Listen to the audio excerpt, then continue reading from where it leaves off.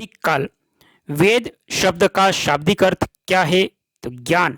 सर्वाधिक प्राचीन वेद कौन सा है? ऋग्वेद। आर्य शब्द किसको इंगित करता है? तो श्रेष्ठ को। ऋग्वेद में कुल कितने मंडल और सूक्त हैं? 10 मंडल हैं और 1028 सूक्त हैं। त्रयी नाम किसके लिए प्रयोग में किया जाता है? तो 3 वेदों के लिए। 3 वेद कौन से हैं? ऋग्वेद, सामवेद, यजुर्वेद। इनके लिए त्रयी नाम का प्रयोग किया जाता है। यज्ञ संबंधी विधि विधानों की जानकारी किस वेद से प्राप्त होती है? तो यजुर्वेद से। यज्ञ संबंधी जानकारी यजुर्वेद से प्राप्त होती है। 4 वेदों में से किस एक में जादू टोने और वशीकरण का वर्णन है? तो अथर्ववेद में। 4 वेदों में से किस एक में जादू टोने और वशीकरण का वर्णन है? तो अथर्ववेद में। दोस्तों, ये जो टॉपिक वैदिक काल से संबंधित और ये जो बुक है वो दोस्तों एनसीईआरटी सार संग्रह महेश कुमार वर्णवाल। शानदार टॉपिक। बुक की इमेज देख ले दोस्तों। इस बुक के सभी टॉपिक्स को हम कवर करवाएंगे। आप चाहे किसी भी स्टेट पीसीएस का एग्जाम दे, यूपीएससी का एग्जाम दे, एनसीईआरटी के अकॉर्डिंग है ये बुक। और इस बुक के जो टॉपिक है प्राचीन भारत के अंतर्गत के सारे टॉपिक हैं, जिसके अंतर्गत हम सभी टॉपिक्स को दोस्तों कवर करेंगे, जिसमें आपके प्राचीन भारत के ऐतिहासिक स्रोत, पाषाण काल, हड़प्पा सभ्यता, ये 3 टॉपिक मैं करवा चुका हूँ। और इसकी प्लेलिस्ट हमारी जो चैनल पे बनी हुई है हेमंत ऑनलाइन क्लासेस पर, वहाँ पे जाकर आपको प्राप्त होगी। जो बाकी की वीडियो आपने नहीं देखे कि प्राचीन भारत के ऐतिहासिक स्रोत, पाषाण काल, हड़प्पा सभ्यता, और आज ये है आपका टॉपिक वैदिक काल। उसके बाद आएगा जैन धर्म, बौद्ध धर्म और शैव, भागवत धर्म, 6ठी शताब्दी, राजनीतिक दशा, मौर्य साम्राज्य, मौर्योत्तर काल, गुप्त काल, गुप्तोत्तर काल, प्राचीन भारत की स्थापत्य कला, दक्षिण भारत के राजवंश एवं संगम युग और प्राचीन साहित्य साहित्यकार, ये टॉपिक है दोस्तों। इन सभी टॉपिक्स को हम कवर करेंगे और ये देखेंगे। ये जो बुक है महेश कुमार वर्णवाल, बहुत ही शानदार बुक है दोस्तों। एनसीईआरटी सार संग्रह वन लाइनर के अंतर्गत है। इसके दोस्तों साथ साथ में आप नोट्स बनाते जाएं, या इस बुक को आप प्राप्त करना चाहते हैं तो डिस्क्रिप्शन में मैं इसके लिंक दे दूंगा, वहां से आप इस बुक को प्राप्त कर सकते हैं दोस्तों। बहुत ही शानदार बुक है। इस बुक का जरूर अध्ययन करें, चाहे आप किसी भी स्टेट पीसीएस का एग्जाम दें। शानदार कंटेंट के साथ बुक है, वन लाइनर के फॉर्म में। इसके अंतर्गत जैसे भारत का भूगोल और विश्व का भूगोल, भौतिक विज्ञान, रसायन विज्ञान, जीव विज्ञान, पर्यावरण, सभी टॉपिक्स को दोस्तों कवर किया गया है। और प्राचीन भारत, मध्यकालीन, आधुनिक भारतीय अर्थव्यवस्था, कंप्यूटर, खेलकूद, पुरस्कार, सम्मान और विविध, ये जितने भी टॉपिक्स हैं, इन सभी टॉपिक्स को इस बुक के अंतर्गत कवर किया गया है। शानदार टॉपिक्स हैं, बुक शानदार है। आप इस बुक्स को अपने आसपास के बुक स्टोर से, या मैं डिस्क्रिप्शन में जहां लिंक देता हूं वहां से आप फ्लिपकार्ट, अमेजोन से प्राप्त कर सकते हैं। और दूसरी भी जो बुक्स चाहिए आप वहां से हमारे डिस्क्रिप्शन लिंक में जाए और वहां से आप इस बुक्स को प्राप्त करें। इस बुक की इमेज भी आप देख सकते हैं दोस्तों। शानदार बुक्स है दोस्तों, इसका जरूर अध्ययन करें। दोस्तों, एक छोटा सा निवेदन आपके समक्ष करना चाहूंगा कि पहली बार आप इस चैनल पर हैं हेमंत ऑनलाइन क्लासेस पे, तो चैनल को अभी सब्सक्राइब करें, वीडियो को लाइक करें और शेयर करें दोस्तों। जितना आप लाइक और शेयर करेंगे आप अपने लक्ष्य को प्राप्त करेंगे। ईश्वर भी उसी की मदद करता है जो अपनी मदद करता है, स्वयं दूसरों को भी मदद करता है। तो मेरा निवेदन छोटा सा यही है कि चैनल को जरूर सब्सक्राइब करें, वीडियो को लाइक करें और अपने मित्र को इस वीडियो को शेयर करें, जो भी किसी भी स्टेट की पीसीएस के अंतर्गत ये एग्जाम देता है। तो ये तो जो टॉपिक है, इन टॉपिक से संबंधित कहीं इर्द गिर्द ये क्वेश्चन जरूर आते हैं दोस्तों। जैसे वेद शब्द का शाब्दिक अर्थ क्या है, इन्हीं छोटे छोटे टॉपिक से आपके क्वेश्चन एग्जाम में आते हैं। चाहे प्रीवियस ईयर आप उठा के देख लीजिए, आपके एग्जाम के अंदर किस टॉपिक से संबंधित जरूर इसके क्वेश्चन आपको प्राप्त होंगे, शानदार टॉपिक से। तो इस बुक का अध्ययन करें और डिस्क्रिप्शन में लिंक दे दूंगा, वहां से आप बुक प्राप्त कर सकते हैं दोस्तों। नेक्स्ट, उपनिषद किस परंपरा पर आधारित है? तो भारतीय दर्शन परंपरा पर। उपनिषद भारतीय दर्शन परंपरा पर आधारित है। ऋग्वेद का कौन सा मंडल पूर्णतः सोम को समर्पित है? तो नौवा मंडल सोम को समर्पित है। अध्यात्म ज्ञान से संबंधित नचिकेता और यम का संवाद किस उपनिषद से प्राप्त होता है? तो कठोप उपनिषद से प्राप्त होता है। उपनिषद काल के राजा अश्वपति किस स्थान के शासक थे? तो केकई के। मोक्ष प्राप्ति के साधन की चर्चा किस वैदिक साहित्य में की थी? तो उपनिषद से। वैदिक नदी अस्किनी की पहचान किस नदी के रूप में की है? तो आप चिनाब। वैदिक नदी अस्किनी की पहचान किस नदी के रूप में की जाती है? तो चिनाब। आरंभिक वैदिक साहित्य में सर्वाधिक वर्णित नदी कौन सी है? आरंभिक वैदिक साहित्य में सर्वाधिक बार वर्णित नदी सिंधु नदी सर्वाधिक वर्णित नदी है।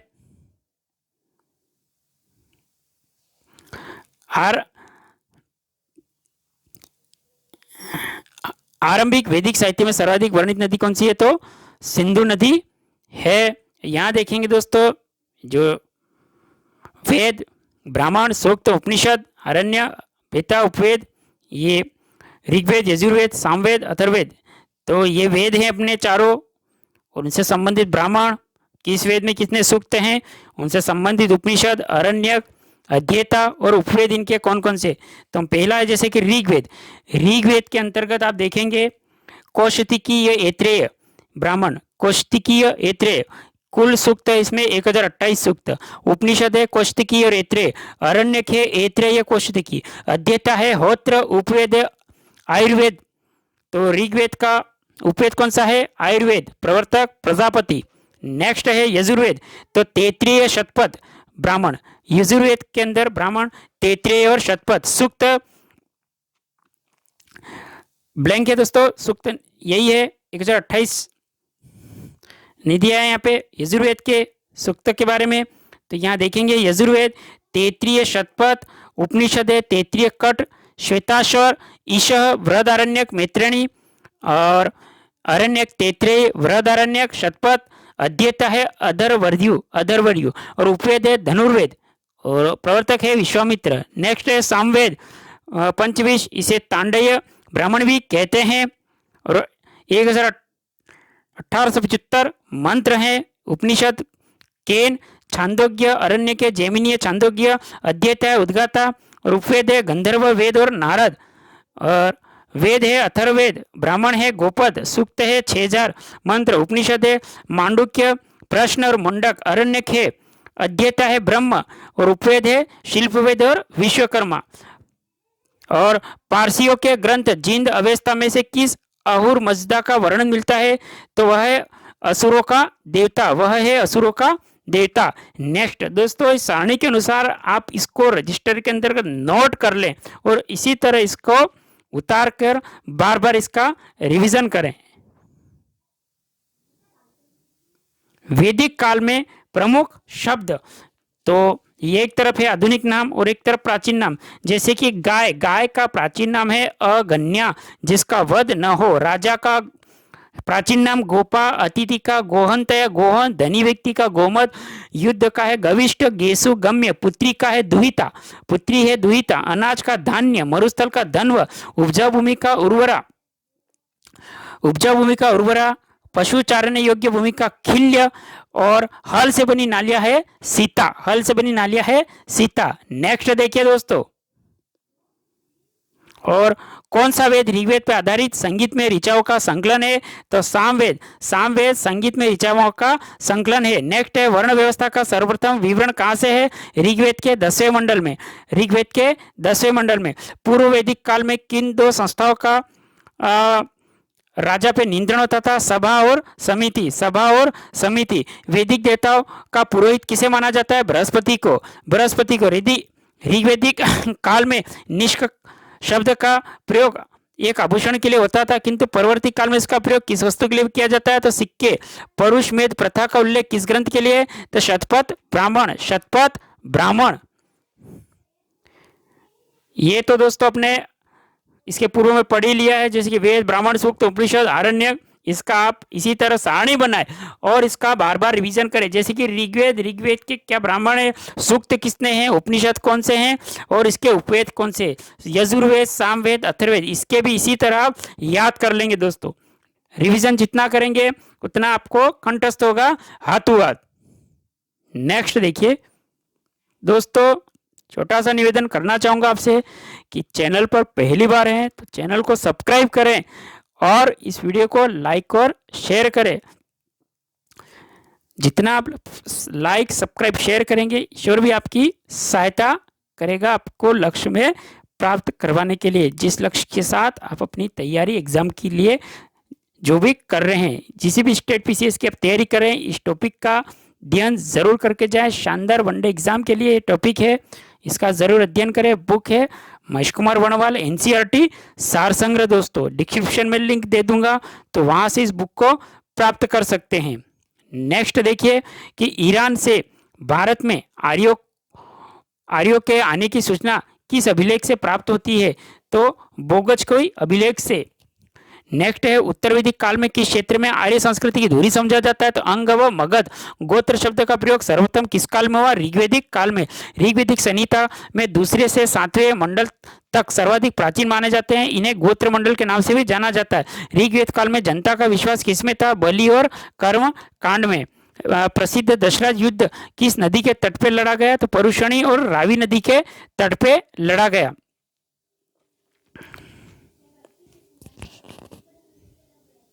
ये देखिए तो ऋग्वेद काल में जनता का विश्वास किसमें था, तो बलि और कर्मकांड में था। और प्रसिद्ध दशराज का युद्ध किस नदी के तट पर लड़ा गया, तो परुषणी नदी जो रावी कहलाती है। दशराज युद्ध का वर्णन ऋग्वेद के कितने मंडल में है, तो 7वें मंडल में। 7वें मंडल में दशरथ के युद्ध का वर्णन है।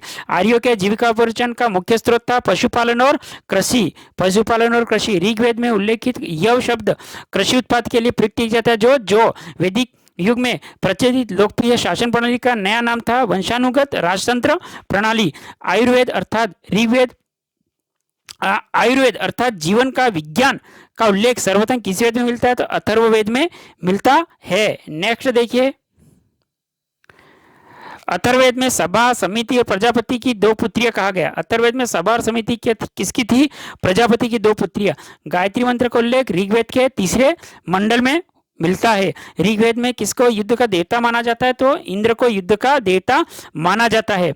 नेक्स्ट है पूर्व वैदिक आर्यों का सर्वाधिक लोकप्रिय देवता था इंद्र। पूर्व वैदिक आर्यों का सर्वाधिक लोकप्रिय देवता इंद्र। गायत्री मंत्र की रचना विश्वामित्र ने की थी। श्रीमद् भागवत गीता मूल रूप से किस भाषा में लिखी गई, तो संस्कृत। सत्यमेव जयते शब्द किस ग्रंथ में लिया गया, तो मंडूको उपनिषद से। ऋग्वेद में सरस्वती नदी को सर्वाधिक पवित्र बताया गया और इसे नदीतमा व नदियों की माता की संज्ञा दी गई। नेक्स्ट है ऋग्वैदिक नदियां। ये ऋग्वैदिक नदियां एक तरफ प्राचीन नाम और एक तरफ इनके आधुनिक नाम, जैसे कि वितस्ता, झेलम।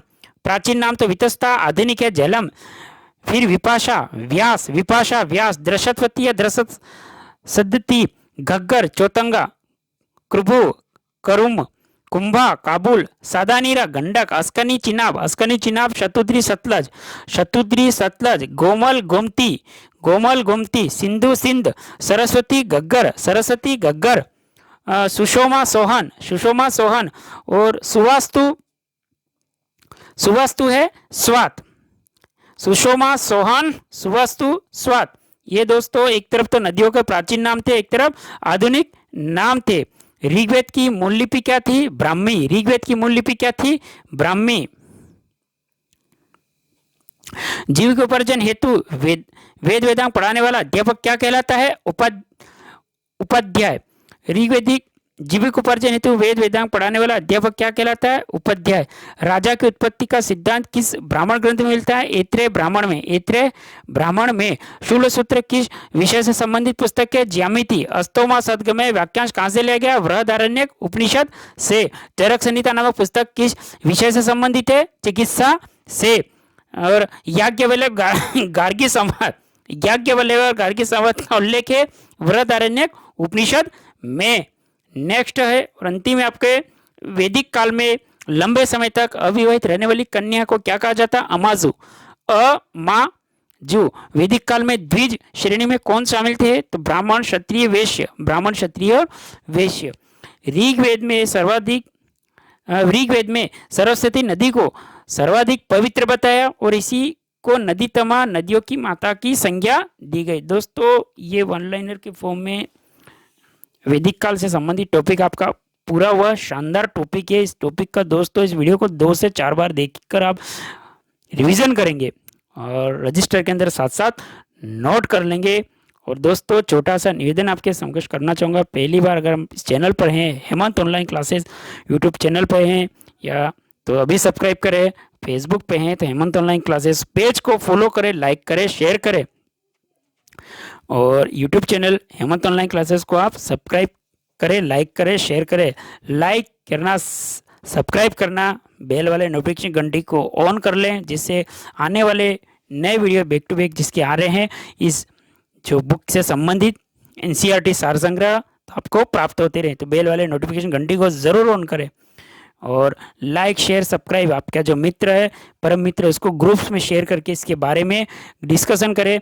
वैदिक काल के संबंधित क्वेश्चन को बताएं कि उसने कितना याद किया, आपने कितना याद किया और रिवीजन करें जिससे आपका ये टॉपिक हाथों हाथ दोस्तों आपको याद हो जाए। आप किसी भी समय एग्जाम की जब तैयारी के अंतर्गत इस क्वेश्चन आए तो आपका उसका उत्तर याद हो जाए। रजिस्टर के अंदर वन लाइनर के रूप में इसी तरह आपका जिस तरह चीज याद रहता है, शानदार नोट्स इससे साथ साथ बनाते जाएं। आगे का टॉपिक आएगा आपके जैन धर्म और बौद्ध धर्म। निवेदन यही है कि आप जितना अध्ययन करेंगे उतना आपको कंठस्थ हो जाएगा।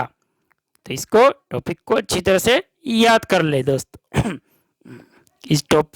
इस वीडियो को दोस्तों पूरा देखने के लिए आपका बहुत बहुत धन्यवाद। जय हिंद, वंदे मातरम।